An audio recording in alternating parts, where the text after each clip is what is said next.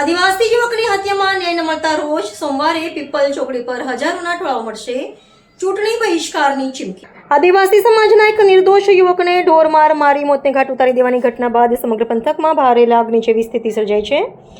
ઘટનાના દિવસો વીતી જવા છતાં હજી સુધી મુખ્ય આરોપીઓની ધરપકડ ન થતાં આદિવાસી સમાજમાં ઉગ્ર આક્રોશ જોવા મળી રહ્યો છે। સમાજના અગ્રણીએ હવે આરપારની લડાઈનું એલાન કર્યું છે। યુવક પર થયેલા જીવલેણ હુમલામાં વિકાસ દેસાઈ નામના વ્યક્તિની સંડોવણી હોવાના ગંભીર આક્ષેપો ઉઠ્યા છે। મૃતક યુવકે અંતિમ ક્ષણોમાં ફોટો જોઈને તેની ઓળખ કરી હોવાનું પરિવાર અને સમાજના લોકો જણાવી રહ્યા છે। લોકોની સ્પષ્ટ માંગ છે કે આ મામલે તટસ્થ તપાસ કરી વિકાસ દેસાઈ વિરુદ્ધ પણ કડકમાં કડક કાયદેસરની કાર્યવાહી કરવામાં આવે। સમાજના લોકોએ સ્થાનિક ધારાસભ્ય, સાંસદ સભ્ય તેમજ જિલ્લા અને તાલુકા પંચાયતના સભ્યો સામે રોષ ઠાલવતા જણાવ્યું હતું કે જો આજે આદિવાસી દીકરાને ન્યાય આપવા તમે આગળ નહીં આવો તો ભવિષ્યમાં વોટ માંગવા પણ આવતા નહીં।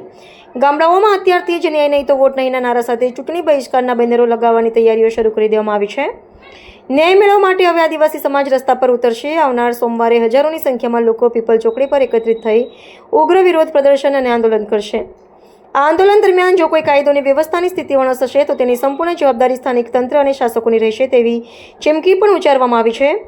લોકોની મુખ્ય માંગણીઓ નિર્દોષ યુવકની હત્યાના તમામ આરોપીઓની તાત્કાલિક ધરપકડ કરો, વિકાસ દેસાઈ સામે તપાસ કરી કાયદેસરનો ગુનો દાખલ કરવામાં આવે, પીડિત પરિવારને વહેલી તકે ન્યાય અને વળતર મળે।